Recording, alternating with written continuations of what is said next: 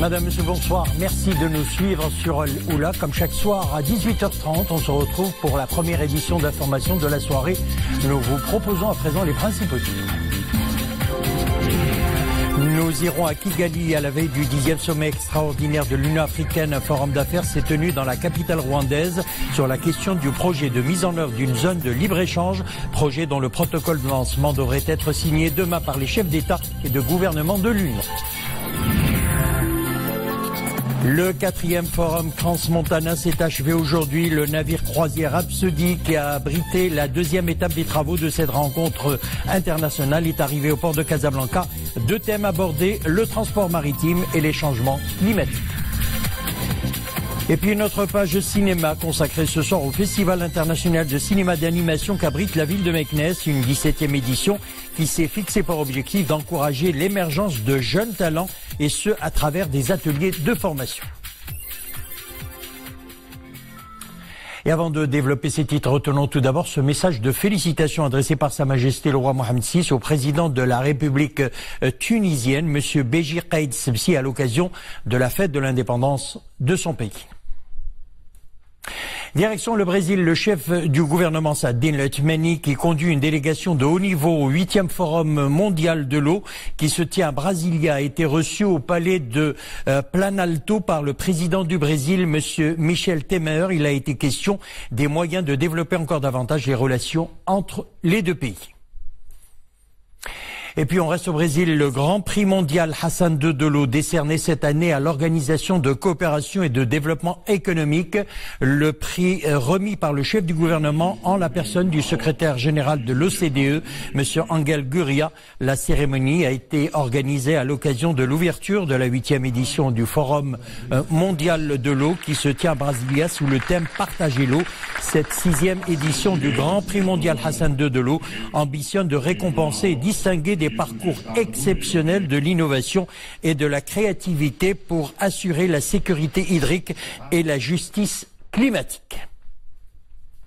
On prend la direction Kigali à présent à la veille du 10e sommet extraordinaire de l'Union africaine. Un forum d'affaires s'est tenu aujourd'hui dans la capitale rwandaise sur la question du projet de mise en œuvre d'une zone de libre-échange, projet dont le protocole de lancement devrait être signé demain par les chefs d'État et de gouvernement de l'Union africaine, Mohamed El-Wahibi, Mu'tasim Billah El-Bouazaoui et Mohamed Aïtlishka. Le thème choisi pour ce forum d'affaires résume à lui seul les multiples défis que l'Union africaine aura à relever pour le succès de la future zone de libre-échange. Le forum d'affaires s'est tenu en effet sous le thème « Tirer profit des entreprises pour stimuler l'intégration de l'Afrique ». Au moins 4 conditions sont à remplir. D'abord, plus une politique et une politique industrielle continentale claire où il y a un partage qui va créer un partage d'expertise, un échange de know-how, mais également attirer plus d'investissements. Nous avons le capital humain qui doit être formé et donc pour pouvoir lui permettre d'être plus compétitif. Nous avons également le 3e point qui est celui de la flexibilité et des règles d'origine. Et puis un 4e élément incontournable, la confiance indispensable qui doit être instaurée concernant le label Made in Africa. À ce jour, le commerce intra-africain atteint à peine 18%. Il est de 51% en Asie, 54% en Amérique du Nord, 70% en Europe. Le projet d'une zone de libre-échange africaine est donc très ambitieux. Nous pensons que la mise en œuvre en fait de toutes les recommandations liées à la zone de libre-échange continentale africaine devrait permettre en tout cas de pouvoir mieux intégrer nos économies, de créer des emplois, de réduire les écarts des prix des produits qui sont fabriqués en Afrique en termes d'accessibilité des produits africains aux populations et d'avoir ce marché unique dont nous rêvons de 1,2 milliard de consommateurs. Ce forum d'affaires a rassemblé chefs d'État, hauts responsables gouvernementaux et représentants du secteur privé et de la société civile africaine, ainsi que de plusieurs organisations régionales et internationales. Le drame est arrivé ce matin à Casablanca. La chute d'une grue sur un chantier à Ain Sebaa a causé la mort de 2 ouvriers du chantier. Ils ont été percutés par le bras métallique de la grue. Un 3e ouvrier a été gravement blessé. Les développements, Sarah Katir. Il était 10 h du matin quand 2 ouvriers ont trouvé la mort ce matin à Casablanca dans un accident de grue dans un chantier à Sidi Moumen. Les 2 victimes qui travaillaient sur le chantier de construction d'un immeuble ont succombé sur place à la chute de l'appareil de levage.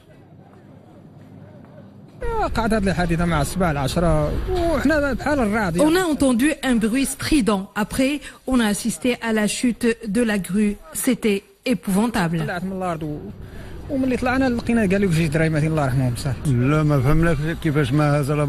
n'a rien compris. L'appareil était à l'arrêt, mais à sa chute, on aurait dit du tonnerre.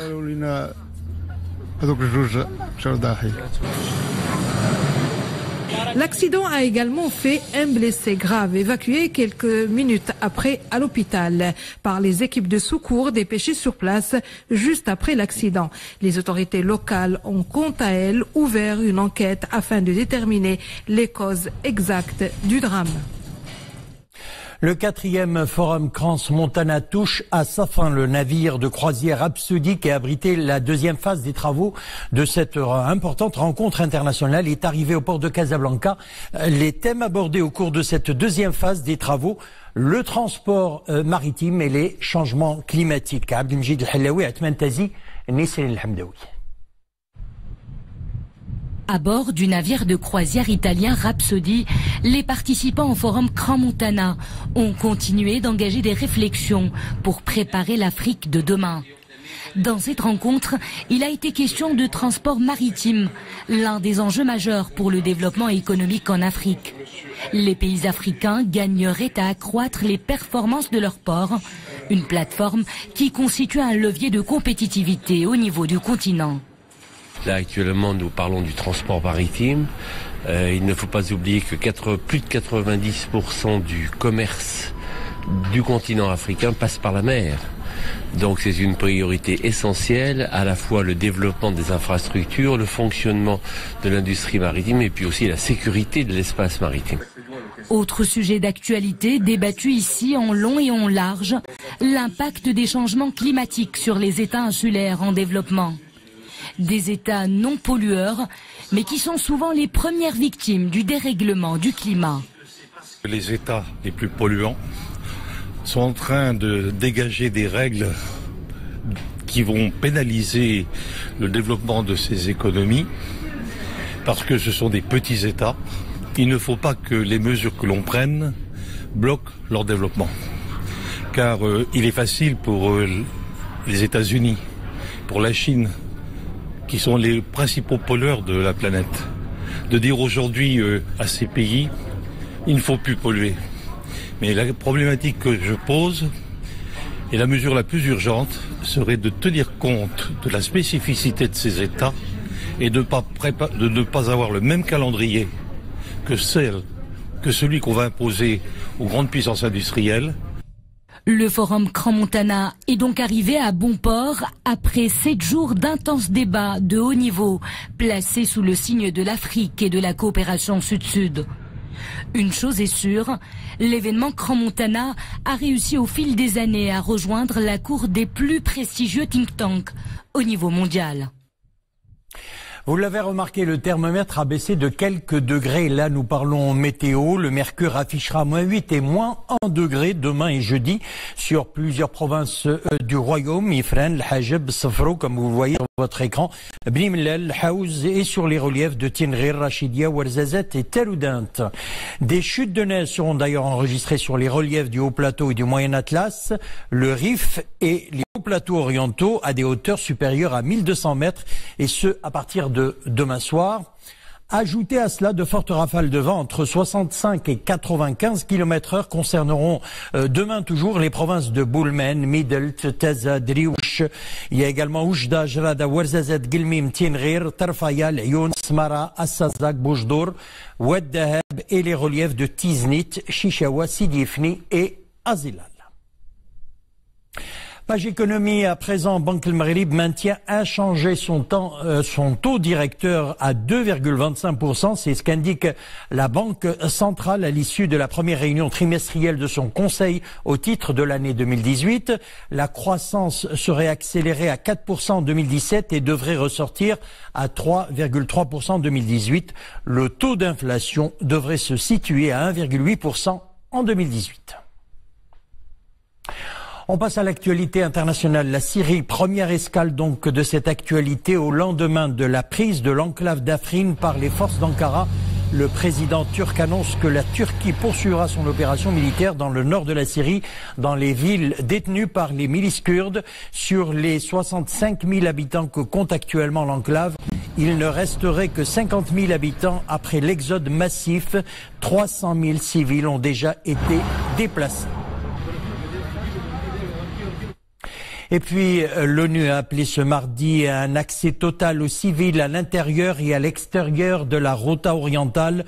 Le HCR s'est très inquiet de l'aggravation de la crise humanitaire. C'est ce qu'a déclaré d'ailleurs le porte-parole de l'organisation onusienne à Genève. Environ 500 000 personnes ont quitté le secteur ces derniers jours. Environ 70% des 50 000 évacués de la Ghouta orientale sont des femmes et des enfants. Selon le Fonds des Nations Unies pour l'enfance, environ 100 000 personnes se trouvent toujours dans le secteur d'Afrin, dont la moitié sont des enfants. Et puis on va aux États-Unis. Une fusillade dans un lycée du Maryland aux États-Unis a fait 3 blessés. Selon les témoignages, les coups de feu ont été tirés peu après le début des cours. Et parmi les blessés, le tireur. Les 3 personnes ont été transportées dans un hôpital proche. Ils sont dans un état critique, selon une chaîne de télévision américaine. Le 20 mars, c'est la journée mondiale de la santé bucco-dentaire au Maroc. Ce problème de santé connaît une ampleur dans le milieu scolaire. Le ministère de la Santé vient de lancer d'ailleurs une opération d'envergure nationale qui cible les élèves du préscolaire et ceux de l'enseignement fondamental. Opération qui concerne plus de 4 millions d'enfants. Reportage à Casablanca, Sarah Katir.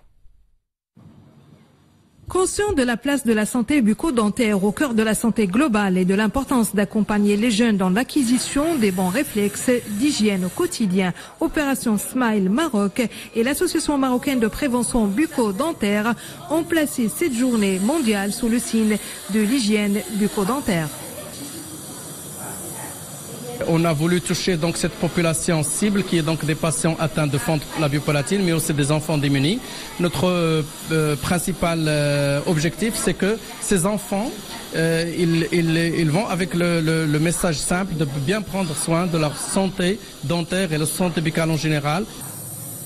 Sensibilisation, motivation et éducation, autant d'actions pour adopter de bonnes résolutions pour une santé bucco-dentaire.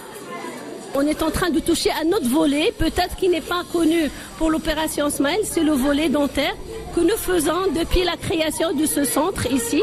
Donc c'est pour normalement donner un coup de main dentaire pour tous les habitants et surtout les démunis. 400 enfants ont bénéficié lors de cette journée de soins dentaires, mais aussi de cours de sensibilisation pour une bonne hygiène bucco-dentaire. On passe à la page cinéma. Elle est consacrée ce soir au Festival international du cinéma d'animation de Meknès, une 17e édition qui rend hommage, un vibrant hommage à la femme dans le cinéma d'animation et qui encourage l'émergence de jeunes talents issus à travers des ateliers de formation. Une manifestation organisée par la Fondation Aïcha en partenariat avec l'Institut français de Meknès. Ahmed Fadeli, Mounia Marouche. Une véritable immersion dans les coulisses de la production des dessins animés. La 17e édition du Festival international du cinéma d'animation s'annonce prometteuse. Des séries et des projections, il y en a pour tous les goûts et pour tous les âges. Mais pas seulement.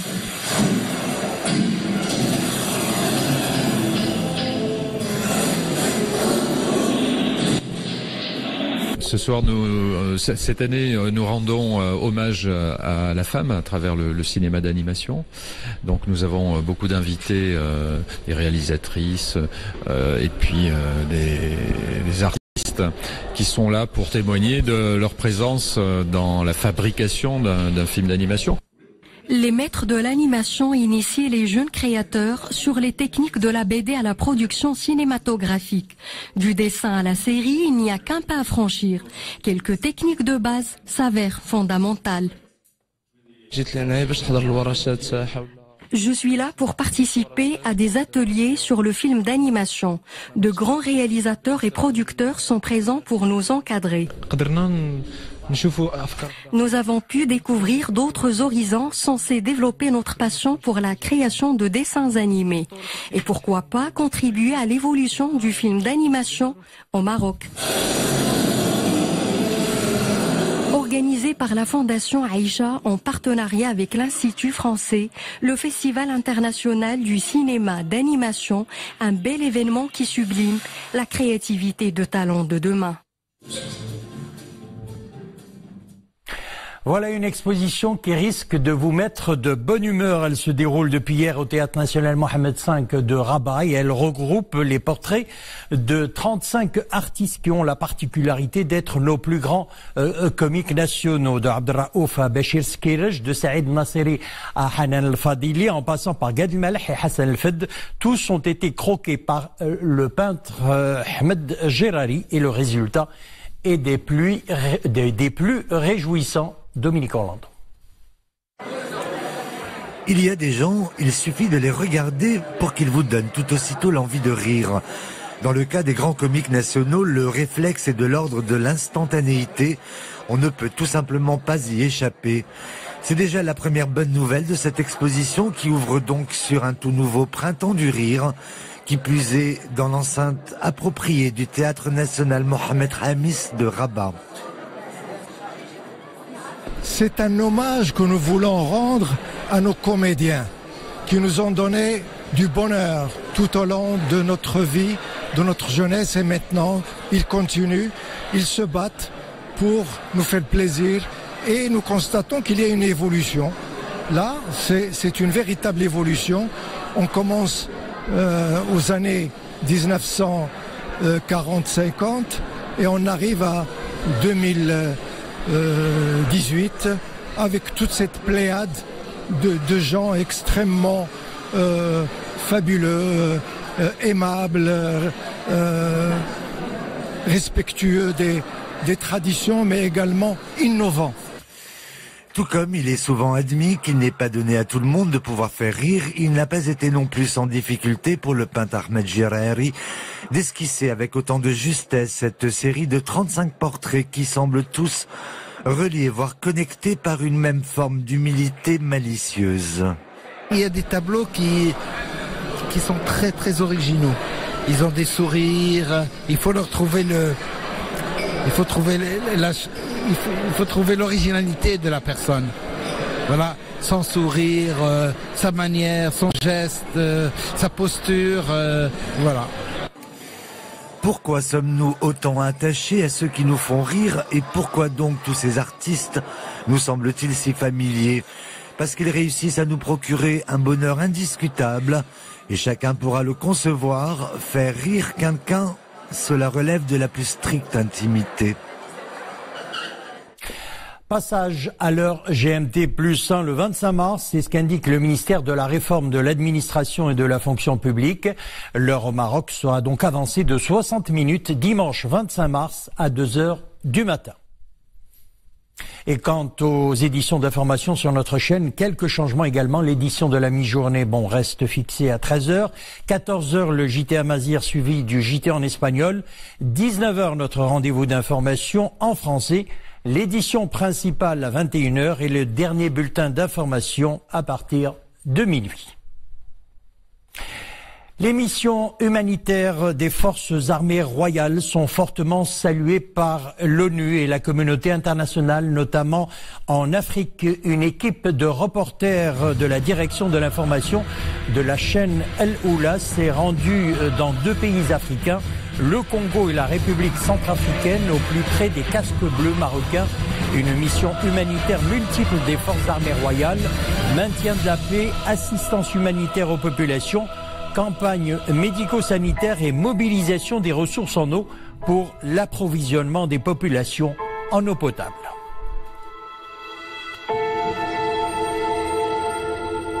وابني الله يرضى عليه وجدته وقريته ودفعته للدولة يخدم على راسه الله يرضى عليه الله يرحمه الله يوسع عليه راه مات شهيد وشاف الخدمة ديال الوطن.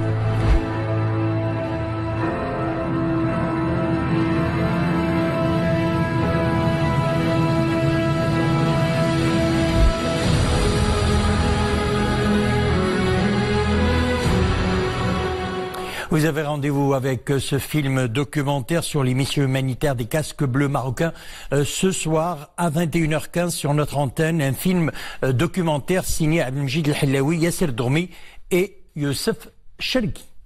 Voilà, c'est la fin de notre édition. Merci de l'avoir suivi. Le retour de l'information se fera sur Al-Oula à 20h30. Une excellente soirée. On se retrouve demain.